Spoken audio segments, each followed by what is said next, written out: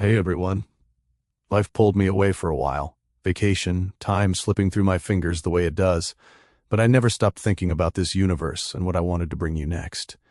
Today I am giving you something I am genuinely proud of. All the chapters together. One complete journey. From the first moment we descend toward Verdantia, to the last image of something ancient and patient doing something none of us fully understand yet. I hope it pulls you in the way it pulled me in when I was building it. And I hope it makes you want to know what happens next, because trust me, what happens next is worth waiting for. Without further ado, here it is. Enjoy. We are far out. Far enough that Verdantia is still just a suggestion of green against the dark.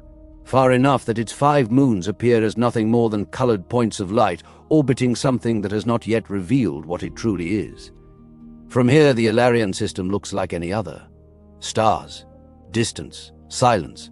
The particular silence of space that is not really silence at all, but the absence of everything your body was built to expect. No wind, no pressure, no sense that anything out here has ever noticed you. We begin to move, not quickly. There is no urgency yet. Just the slow, inevitable pull of something ahead that the instruments cannot quite name, but that every instinct you possess has already decided deserves closer attention. Verdantia grows. Slowly at first, the green deepening from suggestion to certainty. And then the 5 moons become distinct.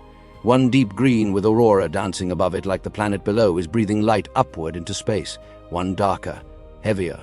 A green that carries shadow in it the way deep water carries cold. One shifting through every color simultaneously as though it cannot decide what it wants to be and has decided the answer is everything. One white, luminous, existing at the edge of visible in a way that makes you wonder if you are seeing it or imagining it. And one that stops you, warm amber, deep red, burning gold. It does not match the others, not in color, not in feeling. The other moons feel like extensions of Verdantia.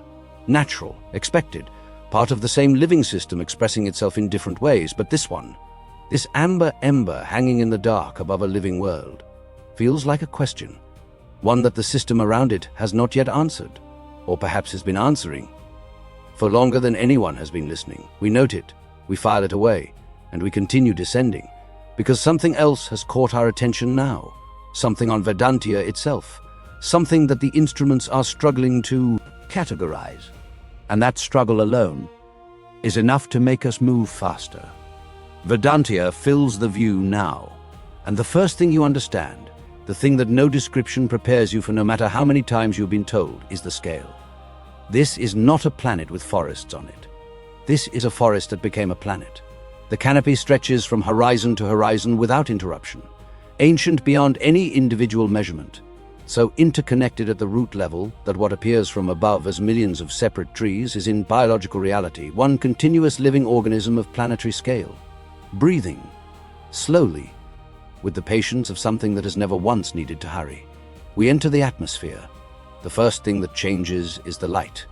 What was the cold blue-white of open space becomes something warmer, greener, filtered through a canopy so dense that the Ilarian star's light never reaches the forest floor unaltered.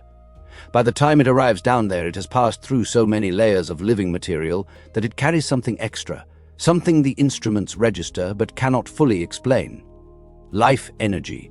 Verdantia's living core, that ancient source of primordial planetary power buried deeper than geology itself, does not merely heat this world from below. It feeds it, continuously, sending living energy upward through root systems that stretch for thousands of kilometers in every direction. Through the trunks of trees so old they have witnessed the rise and fall of civilizations without noticing. Through every leaf, every branch, every molecule of atmosphere we are now descending through. The instruments are registering something they were not designed to measure. We recalibrate and keep descending. The canopy parts around us as we push through, and the scale changes again. What appeared uniform from above reveals itself as anything but. Individual trees the size of mountain ranges, root systems breaking through the forest floor like continents in slow collision. Rivers of bioluminescent life energy flowing through those roots visibly, lighting the forest floor from below in pulses of deep emerald. The forest is not dark down here. It is alive with its own light, and it is in this light that we finally see what the instruments were struggling to categorize. A clearing, ancient and vast, where the roots of something incomprehensibly large break through the surface in formations that dwarf everything around them. And in that clearing, Something that stops every system we have, every calculation, every prepared observation. Something that makes us simply stop and stare. Griffins, hundreds of them, standing completely still. We have encountered griffins before. We know what they are. We know what they do. We know the particular quality of their presence, that crackling territorial intensity that makes the air around them feel pressurized. We know that 2 griffins in the same clearing is an event. 3 is a confrontation waiting for a reason. Hundreds should be a war. And yet, not one of them is moving. Not one of them is making a sound. They stand shoulder to shoulder in the emerald light of Verdantia's ancient forest, looking up. And whatever they are waiting for, we realize with a certainty that arrives before we can explain it, is almost here. We have studied griffins for a long time. Long enough to know that what we are looking at right now should not be possible. The griffin is not a creature built for stillness. It is built for dominance. Every aspect of its biology, from the sweep of its wings to the weight of its talons, to the particular architecture of its skull that places its eyes forward-facing with a precision that leaves nothing in its field of vision uncertain, is an answer to a single evolutionary question. How does a living thing become the undisputed apex of everything around it? The griffin is that answer, fully realized, without compromise. An adult griffin stands at a height that makes the largest known land creatures of most worlds appear modest by comparison. Its wingspan, when fully extended, creates a pressure change in the surrounding air that smaller creatures feel before they see it. Its talons are not weapons in the way that claws are weapons. They are instruments of absolute finality. Precision tools evolved over millions of years to perform one function without error.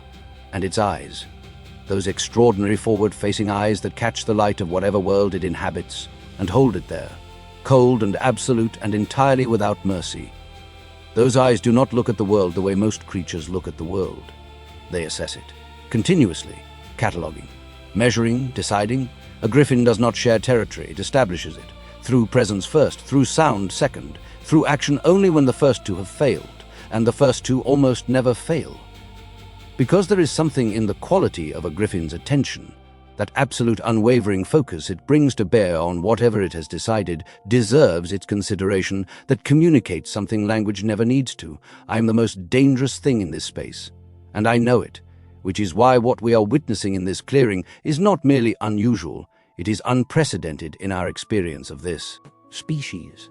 Hundreds of griffins, standing together, not challenging each other, not establishing hierarchy, not performing any of the territorial rituals that griffin behavior literature has spent generations documenting. Simply standing together, in a silence so complete that the forest around them has gone quiet as well, as though Verdantia itself is holding its breath. We move closer, carefully, not because the griffins are paying attention to us. That is perhaps the most unsettling part of this. They are not. In the ordinary course of an encounter with a griffin, even at this distance, even with every precaution taken, there would be a moment of acknowledgement. That cold assessment, that brief terrible focus of those forward-facing eyes turning in your direction and deciding what you are and whether you matter. Not today. Today, every griffin in this clearing is looking in the same direction, upward and slightly north, towards something none of us can yet see. We follow their gaze. There is nothing there, just the canopy above. Just the filtered light of the Ilarian star moving through ancient leaves. Just the ordinary, extraordinary beauty of Verdantia's upper forest. And yet, every griffin in this clearing is absolutely certain that something is there, or is coming. We have learned over many years of field observation that when a species with senses as refined as the griffins agrees unanimously on the existence of something, the correct response is not skepticism. It is patience. So we wait. And the forest waits with us, and the griffins wait, with that particular quality of stillness that belongs only to things that have never in their lives needed to be afraid of what they were waiting for.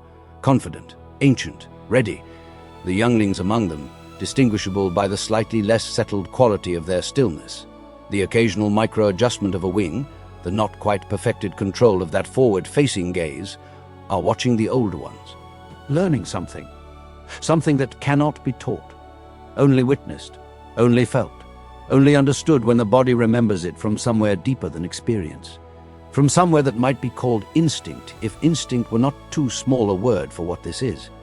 The oldest griffins among them have made this wait before. many times. Their stillness carries the particular quality of things that have stood in this exact place, or places exactly like it across the long history of this species, and felt exactly this certainty, this pull, this knowledge that something is coming that the body understands completely, even when the mind has no language for it. We watch one of the oldest among them. Its feathers carry the particular coloring of extreme age, not faded exactly but deepened, layered, as though time has added to them rather than taken away.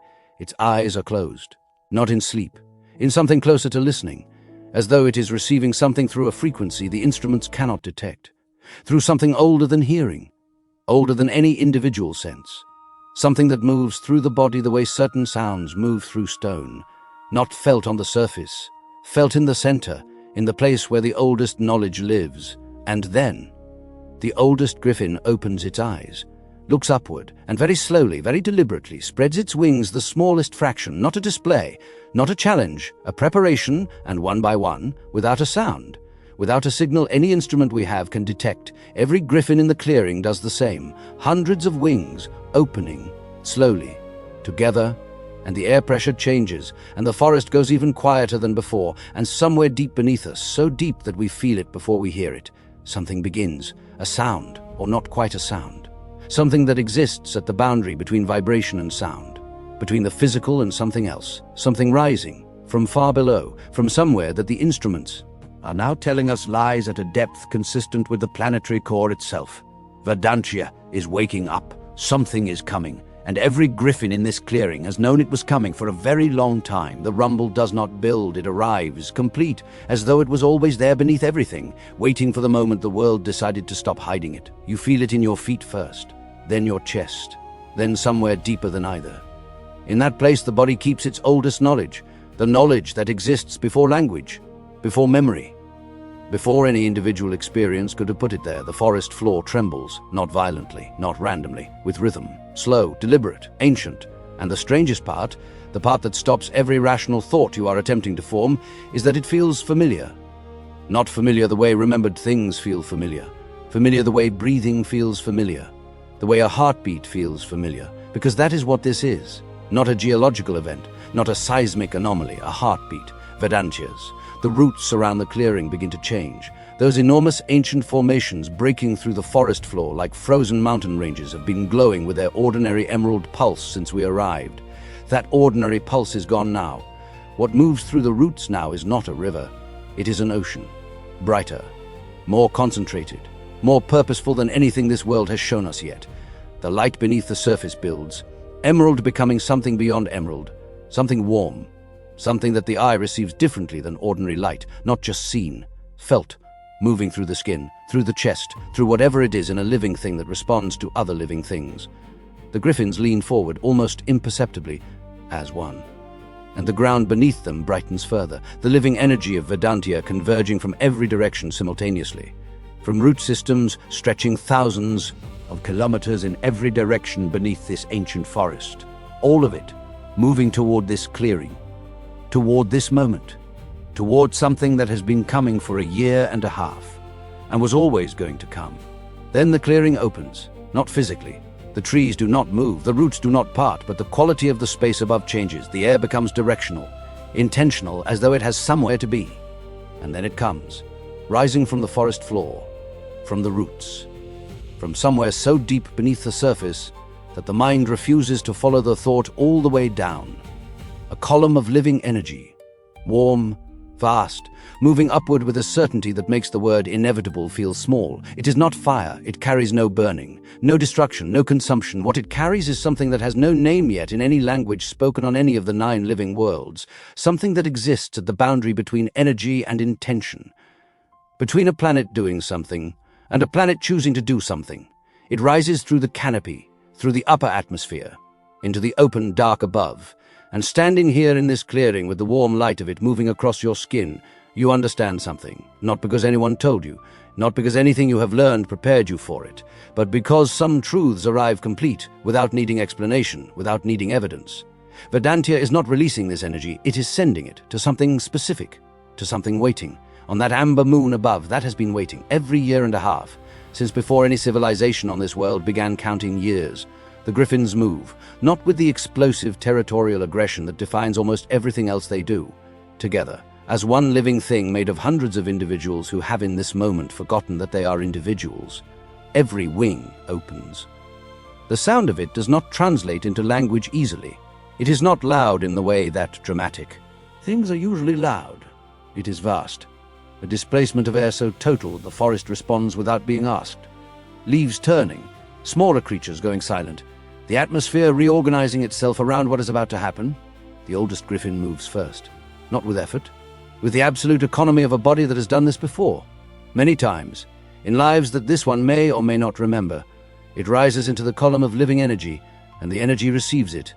The way water receives something that belongs in water, naturally, completely, without resistance, the others follow, one by one, then in groups, then all at once, until the clearing is empty, and the sky above is full, Griffins rising, carried by something ancient and warm and purposeful toward an amber moon that is already growing brighter in the sky above, as though it knows they are coming. As though it has always known, we watch until the last of them disappears into the dark above the atmosphere. The column of energy is already beginning to thin, its purpose fulfilled. The clearing around us returns to its ordinary emerald pulse, quiet, ancient, unhurried, as though what just happened was simply Tuesday. We look up. Somewhere above us in the dark between worlds, the Griffins are crossing, and we make a decision. We are going with them. Space is not what stories prepare you for. Stories give space grandeur, majesty, the particular romance of infinite darkness scattered with ancient light. And it has all of those things. But what stories leave out, what no description adequately conveys until you are inside it, is the weight of it. Not physical weight, something more fundamental than that. The weight of scale so complete that the concept of scale itself stops functioning. Up here there is no up, no down, no reference point the body can use to orient itself, just the dark. And the distant burning of things so far away that the light reaching you left them before your world existed. And the column. Verdantia's living energy rising from the world below, warm against everything that is not warm, present against everything that is not present, alive against everything that simply is not. The Griffins move through it like they were born inside it, which in some fundamental sense, they were. Their wings do not work the way wings work in atmosphere. There is no air to catch, no thermal to ride, no pressure differential to exploit, and yet they move, because the column moves, because Verdantia's living energy does not merely surround them up here, it carries them, the way a current carries something that knows how to let itself be carried. Watch the oldest ones. Their wings are not beating. They are extended, fully, held in a position that in atmosphere would produce lift. Up here produces something else, something the body understands before the mind does. A surrendering to something larger than individual effort, to something that has been doing this since before the first Griffin spread the first wing on the surface of Verdantia and felt the pull of that amber moon above and did not yet have the biology to answer it. The younglings are different.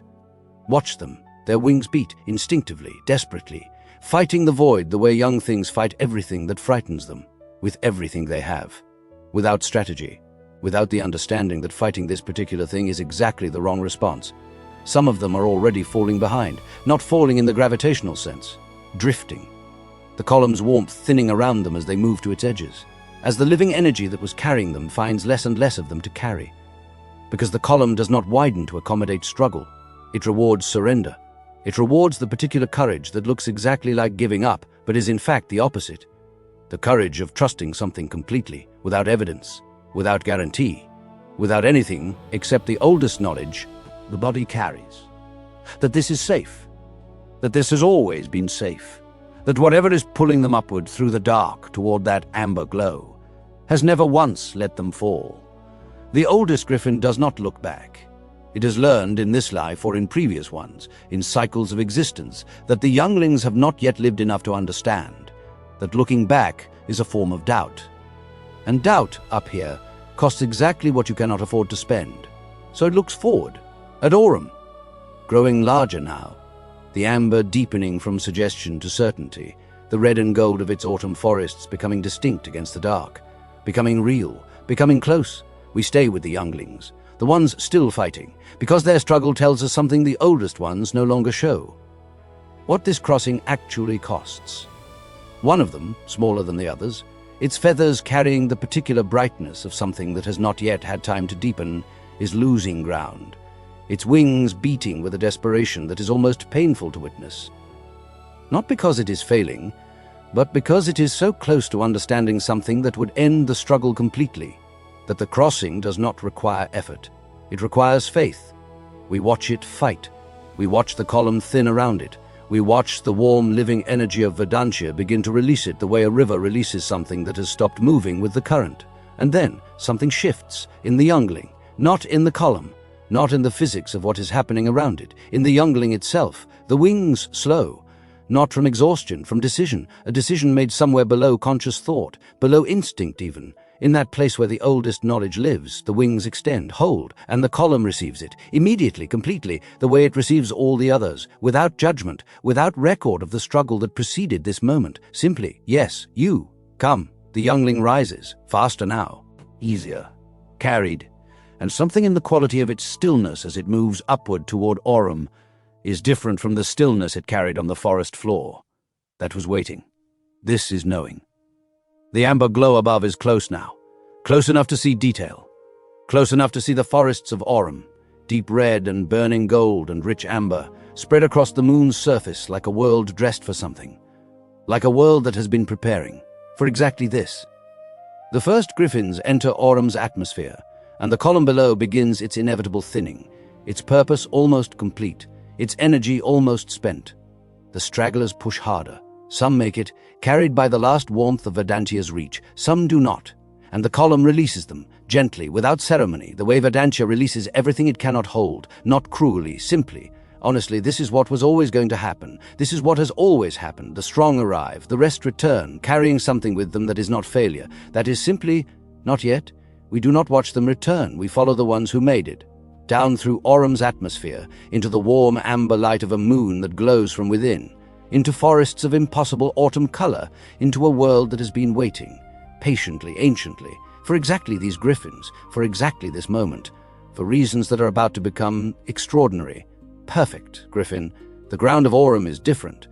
Every griffin that has ever made this crossing knows this the moment the talons touch down. Not different the way unfamiliar ground is different. Different the way coming home is different, even for the younglings. Even for those making this crossing for the first time, whose talons have never touched this soil, whose bodies have no memory of this place. Something deeper than memory responds, something in the blood, in the bone, in whatever it is that lives below instinct and below experience and below every learned thing.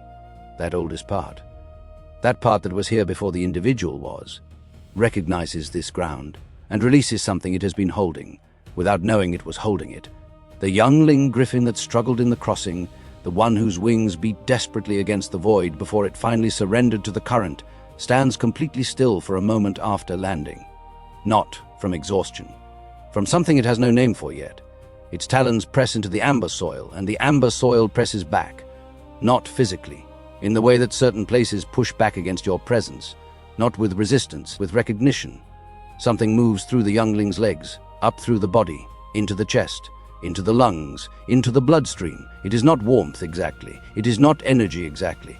It is something that exists before both of those things, something more fundamental. The youngling takes its first breath of Aurum's atmosphere, and the breath lands differently than any breath it has ever taken. Every breath before this one simply sustained it. This one feeds it, at a level that sustenance has never reached before. The oldest griffin beside it is already moving, into the forest, with a confidence that comes not from familiarity with this specific landscape, but from something deeper, from the knowledge that whatever this moon holds, it holds nothing that can harm what arrives here through the crossing. Because the crossing itself is the filter. Only what belongs here gets through, and belonging here means the moon has already decided what you are, and what you are allowed to become. The forest receives them, the amber canopy closing above, the autumn light falling across their feathers in patterns that seem almost deliberate, as though the light here knows where to land. The youngling's eyes adjust, but not in the way eyes adjust to new light. They sharpen. Details that were beyond its visual range moments ago become clear. The individual veins in a leaf 40 meters above, the movement of something small and amber colored in the undergrowth 30 meters to the left, the particular texture of bark on a tree trunk that its eyes have never been trained to notice but are noticing now, as though something has turned a dial. Very slightly, in a direction that has no name yet, but that the body recognizes as correct. The oldest griffin stops, raises its head, and the youngling feels it before it understands it. A vibration, not in the air, in the ground. Something beneath the soil, something large, moving. The oldest griffin does not tense. It focuses. There is a difference.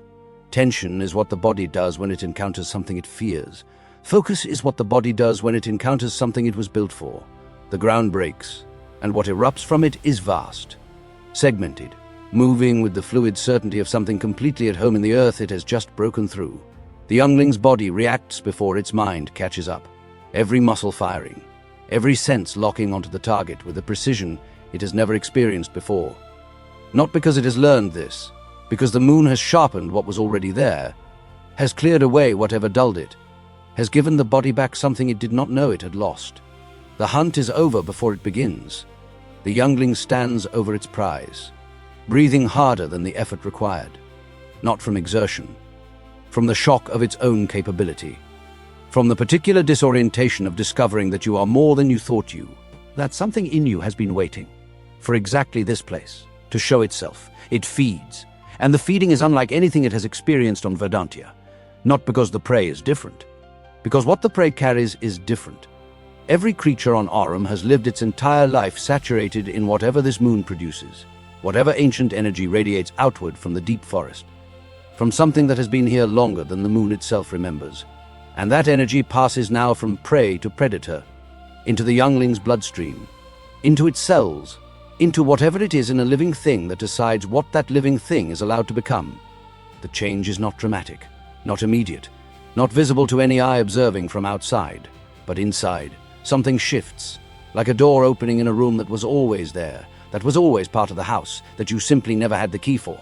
Until now, the youngling lifts its head, and its eyes are slightly clearer than they were, slightly deeper, carrying something at their very edges, something so new it has not yet had time to settle into an expression, something that the oldest griffin watching from nearby with the patience of something that has seen this before, many times, in many younglings, across many crossings, recognizes immediately, and says nothing about.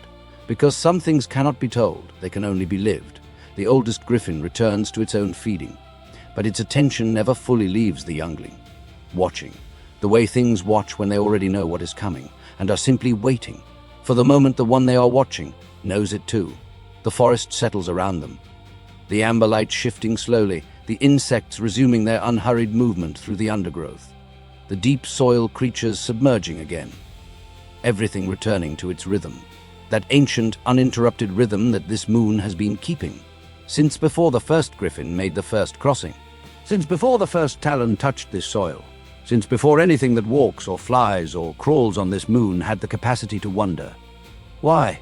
This place does what it does, to everything that stays long enough, to let it, and in the deeper forest, beyond where the feeding griffins have gone, beyond where the amber light reaches comfortably, something watches the new arrivals, with eyes that were once exactly like theirs, standing upright on two legs, beside structures built by hands that were once talons, patient, knowing, remembering what it felt like the first time the moon opened that door, and everything changed, and everything changed. It does not know yet that it is being watched.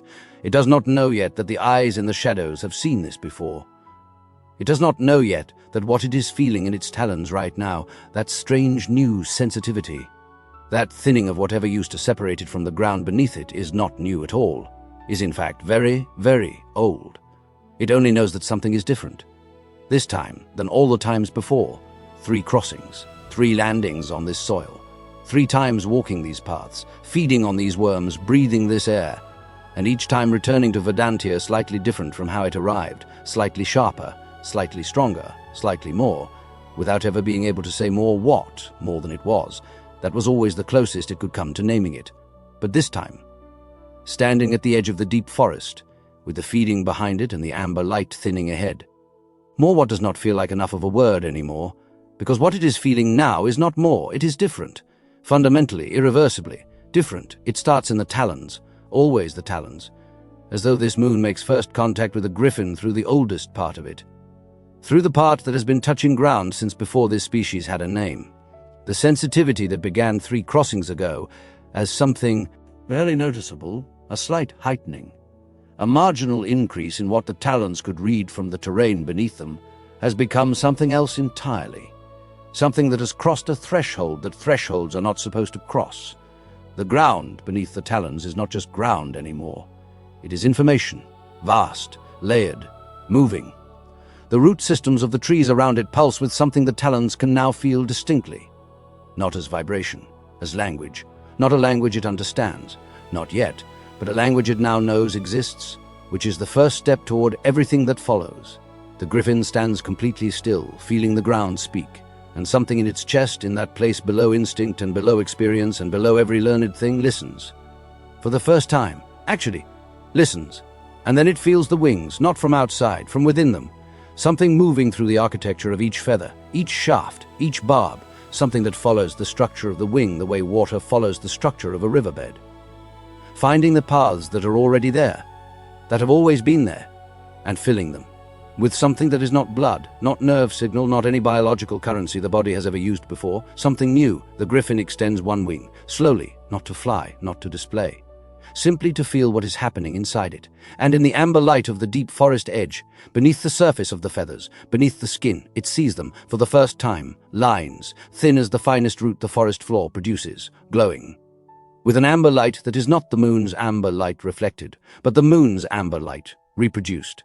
Inside the body, as though the body has learned something from 3 crossings of soil and feeding and air, and has begun, quietly, without announcement, to become it. The lines pulse once, slow, deep, like a first heartbeat, and something in the griffin's chest answers, not with fear.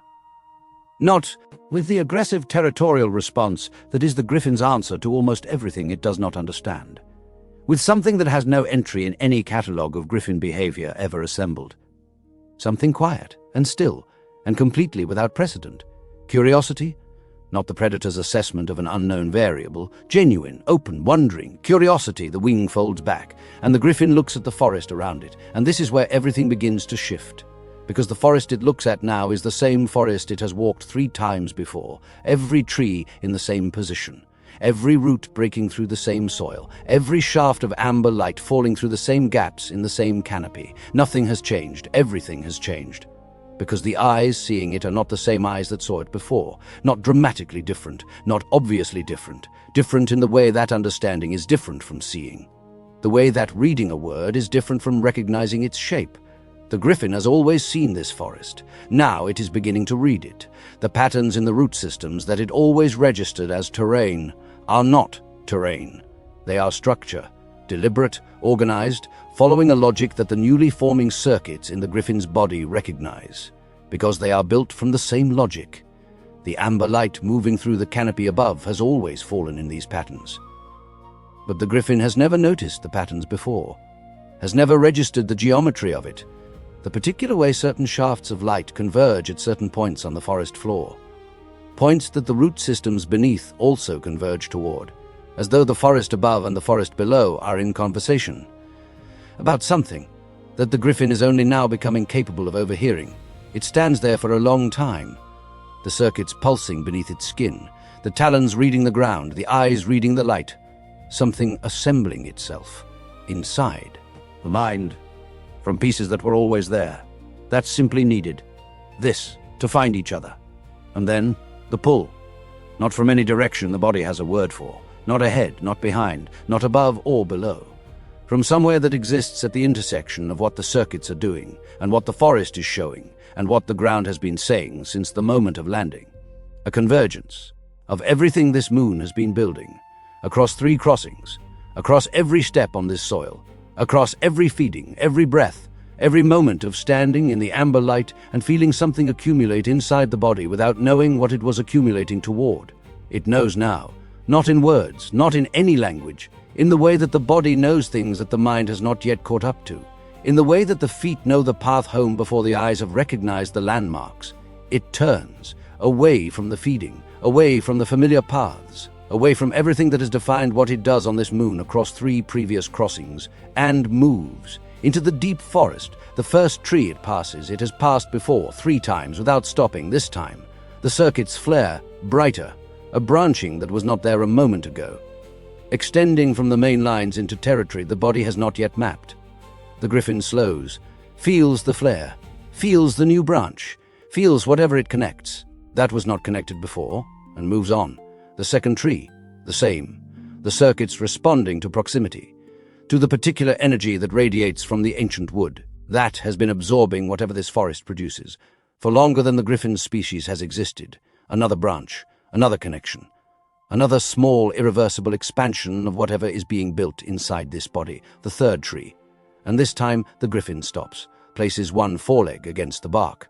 Not to mark it, not to assess it, simply to feel what happens when the circuits make contact with something that carries the same energy. The bark is warm, not with the warmth of a living thing, with the warmth of something that has been holding something for a very long time and recognizes that the moment to release it has arrived. Something moves from the bark, through the foreleg, into the circuits, and the circuits blaze, every line, every branch, every newly formed connection, lit simultaneously, and the Griffin makes a sound. Not the resonant chest sound of satisfaction, not the territorial call, not any sound in the catalogue, something entirely new, something that exists at the boundary between sensation and expression, between feeling something so completely that the body cannot contain it, and not yet having the means to say what it is.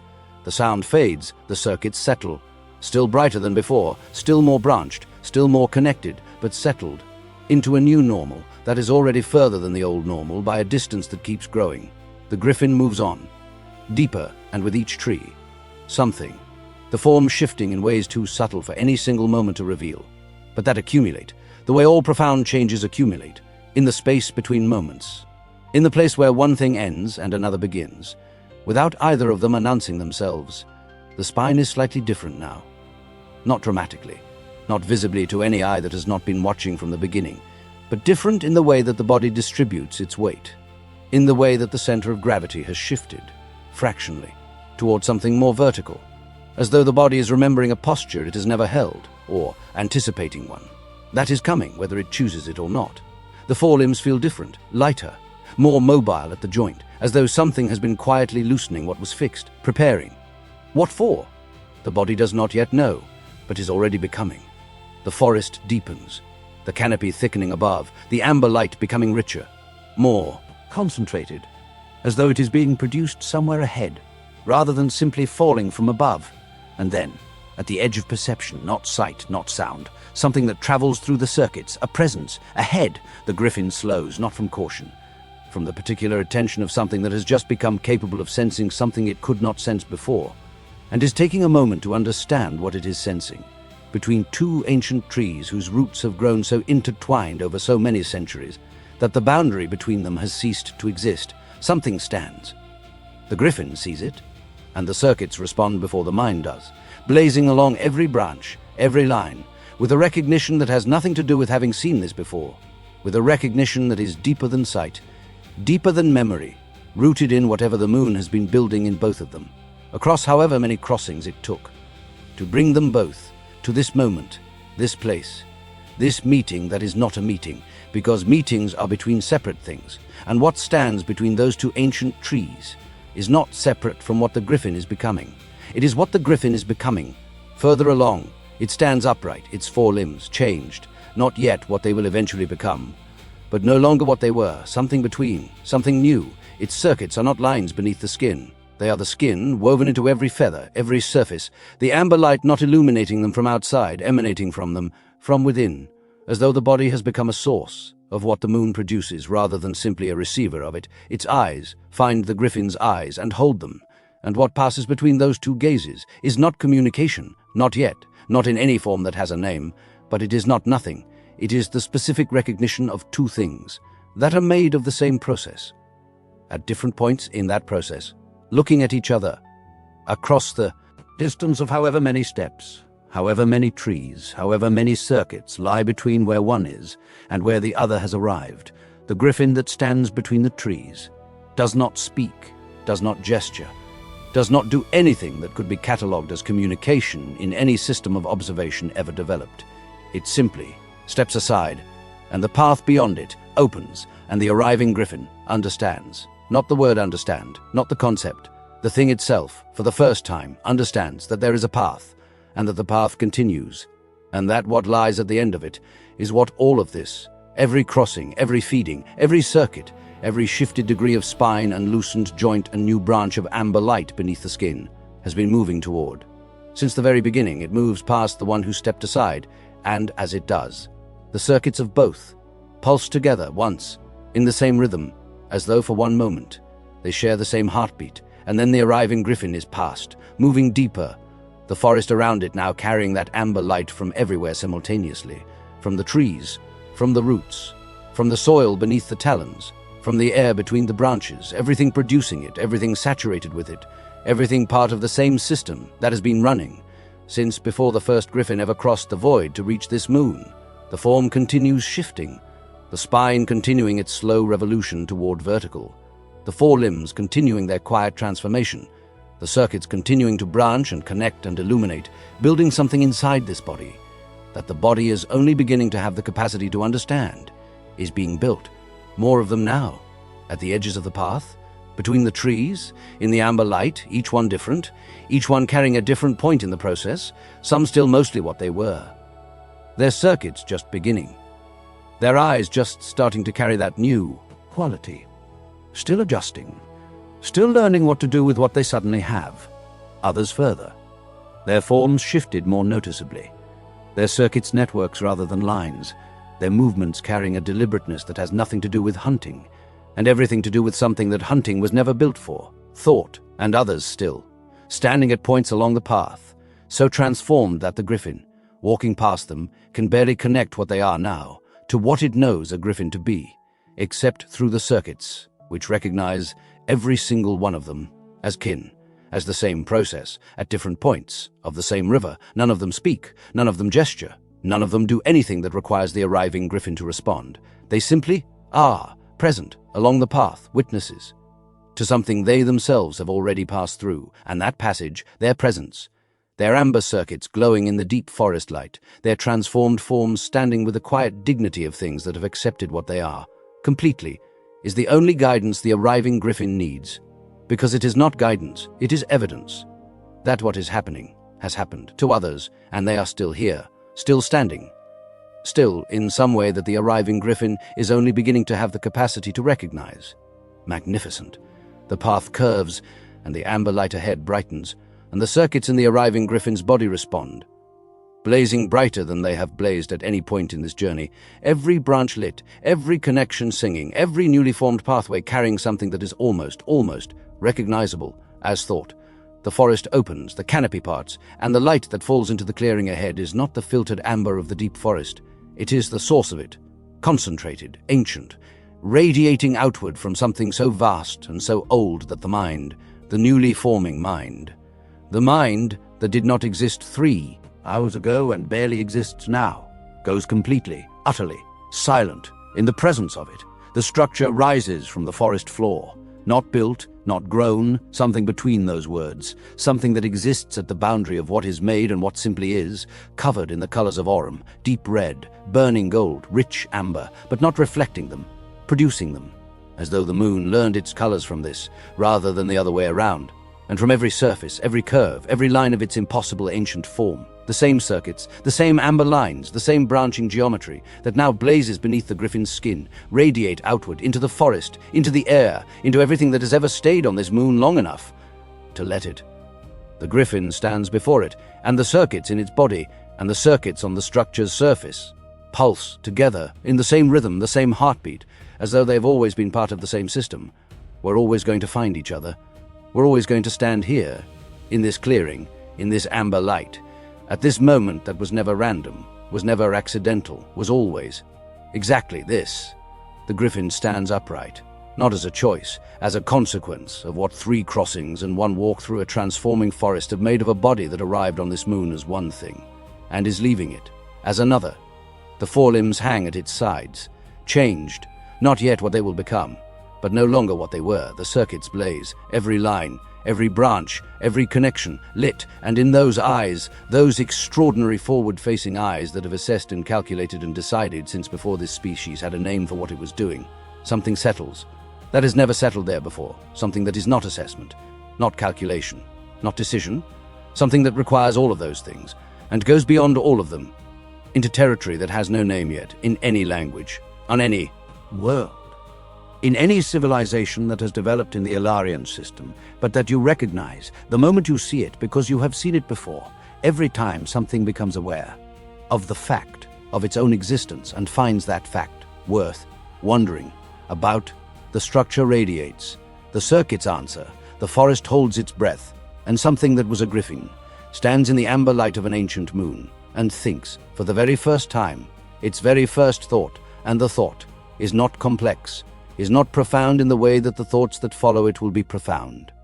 It is the simplest thought, the oldest thought, the thought that every conscious being thinks, before any other thought is possible. What am I? What am I? The thought does not finish, not because the mind that formed it lacks the capacity to complete it, but because something answers it before it can. Not in words, not in any form that the newly elevated mind has yet developed the vocabulary to receive fully, but in the way that certain truths answer certain questions by making the question feel small against the scale of what the answer contains. The circuits blaze, every line, every branch, every connection that the forest built, one tree at a time, responding to something emanating from the structure above, something that was always emanating, that the griffin could not feel before this moment. Because before this moment, it did not have the circuits to feel it with. Now it does, and what it feels is vast, patient, ancient beyond any scale the newly elevated mind has yet developed the capacity to measure, and completely, utterly aware of the griffin standing at the edge of the moat, looking up, with the first conscious thought still echoing through newly formed pathways. The structure knows it is there, has known since the first crossing, since the first talon touched Aurum soil, since whatever exists within those ancient autumn-colored curves first reached into the biology of a passing griffin and began the process that has led, inevitably, to this. The moat is not wide, but standing at its edge, looking across it at what exists on the other side. It feels vast, not in distance, in meaning. Everything on this side of the moat is what the griffin was. Everything on the other side is what it is becoming. And the newly elevated mind understands this, not as a thought, as a certainty, the kind that does not require evidence, because it is itself the evidence.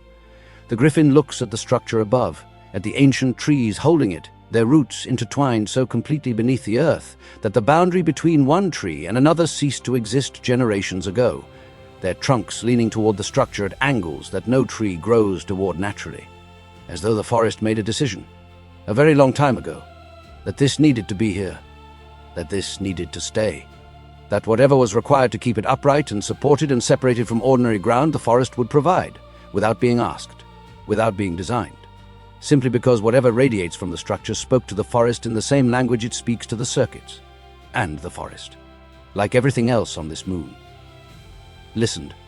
The moat beneath the structure breathes, the amber energy that saturates every surface of this moon concentrating here, at the base of the structure, in the space between what the egg is and what surrounds it.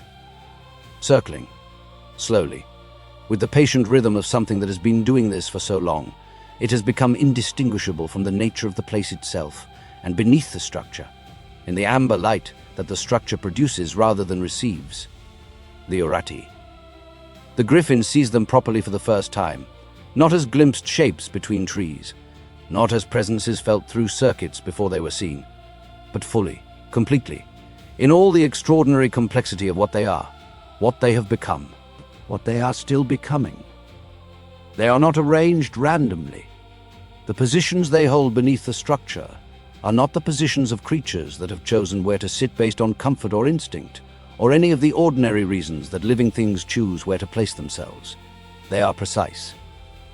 Each one at a specific distance from the structure above, each one oriented at a specific angle toward it, each one holding a specific posture that the newly elevated griffin looks at and feels its own circuits respond to, as though the postures are not just positions, as though they are instructions, written in a language the circuits can read, even if the mind cannot yet translate.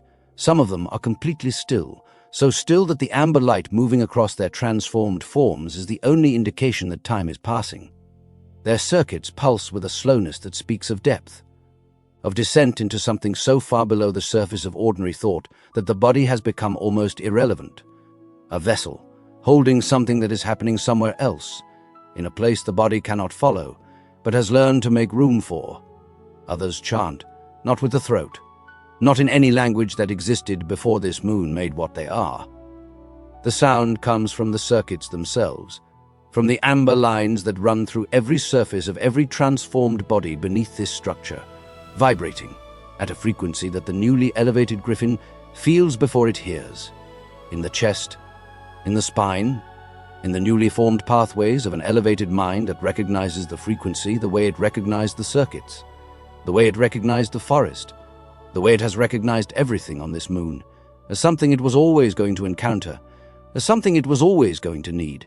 The chanting moves through the amber light, through the moat, through the circuits of the Griffin standing at its edge. And something in those circuits responds, begins to resonate at the same frequency, without the Griffin choosing it, without the Griffin understanding what it is doing, simply joining, the way a string joins a note that is already sounding, not because it was told to, because it was made to, and then the ones who move. The Griffin watches them.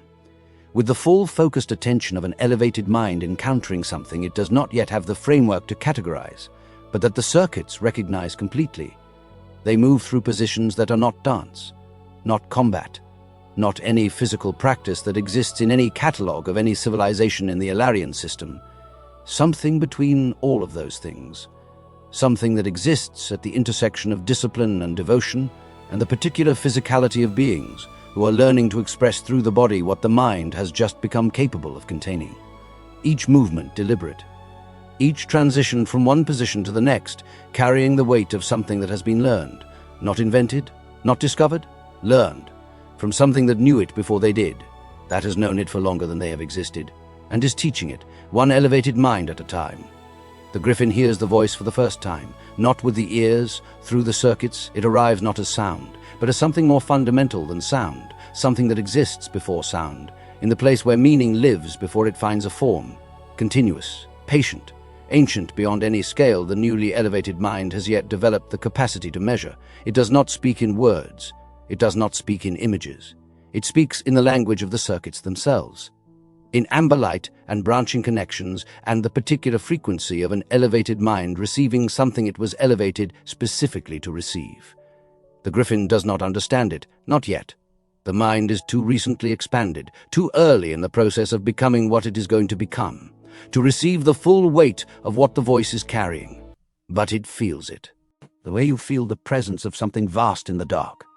Before your eyes have adjusted enough to see it, you cannot see it, but you know, with absolute certainty, that it is there, that it is aware of you, that it has been aware of you for longer than you have been aware of it, and that whatever it wants from you is not small. One of the still ones breaks, not dramatically, not with warning, simply completes something. The stillness that was total becomes motion. In a single breath, the Orathi rises from its position beneath the structure, and what comes from it is not combat, not a weapon, not an explosion of raw power, something far more precise than any of those things, something that could only come from a mind that has been specifically elevated to house it, from a body that has been specifically transformed to express it.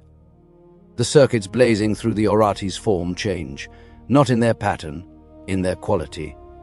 The amber light that has pulsed through them since the transformation began takes on a different character. More directed, more concentrated, more intentional than anything the circuits have produced before, and from the Orathi's transformed forelimbs, something extends into the space before it, not fire, not ice, not any elemental expression that the Ilarian system has yet documented. Something amber, something that carries in it the particular quality of everything this moon produces, of transformation, of elevation, of the patient, deliberate process of making something more than it was.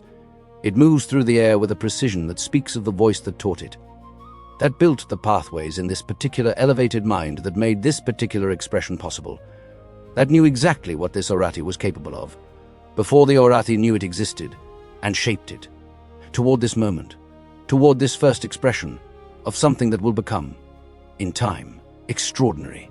The other Orathi feel it, without opening their eyes, without breaking their own practice. The chanting shifts, deepens, as though the expression of that first magic has moved something forward, for all of them, has added something to the collective. That was not there before, has brought the whole, one step closer, to whatever they are all being built toward. The Griffin at the edge of the moat feels it too, through the circuits, through the amber resonance that now connects it to everything beneath this structure. And something in the newly elevated mind understands not what magic is, not how it works, not what the voice is saying, not what the structure is, not what any of this means in the larger context of a universe that does not yet know this is happening. Something more immediate than all of those things, something more personal, that this is what it came here to become, not the crossing, not the feeding, not the transformation in the forest, not even the circuits blazing through a body that has been quietly elevated across 3 crossings. All of that was the path. This is the destination. The Griffin crosses the moat, not as a choice, as a consequence of everything that has led to this moment. Its transformed 4 limbs, its elevated mind, its blazing circuits, its newly resonant voice joining the chanting without being asked. All of it moving in the same direction toward the same thing that it has always been moving toward. Since the first crossing, since the first talon touched Orum's soil, since whatever exists within those ancient autumn-colored curves first reached into the biology of a passing Griffin and decided this species, will do. It takes its place beneath the structure, in a position it has never been taught, that the circuits know, as though they have been waiting to assume it since the moment they were born. And the voice, that continuous, patient, ancient voice, turns its full attention to the newest elevated mind, and the newest elevated mind opens to receive it, and we pull back, slowly, through the canopy, through the amber light, into the sky above Orum, and from up here, the structure is visible through the trees, its energy radiating outward, into the forest, into the soil, into everything this moon has become, in service of whatever this is. And the Orati beneath it are so small from here, so few, against the scale of what surrounds them, against the scale of what produced them, against the scale of a universe that does not yet know they exist, but they are there, chanting, moving, meditating, learning, being elevated, one circuit at a time, one crossing at a time, one transformed Griffin at a time, toward something that the structure has always known, has been working toward, since longer than memory, since longer than this moon had a name, since longer than anything in the known universe has been keeping records. Something is training them, something is teaching them, something ancient, something patient, something that redesigned an entire moon, changed its soil, changed its air, changed its light, changed everything it needed to change to make this possible, is elevating them, one mind at a time, toward a purpose that the universe has not yet been given the mercy of understanding. What is doing this? And why the amber light of Orum pulses, the structure radiates, the chanting continues, and the universe, for now, does not answer.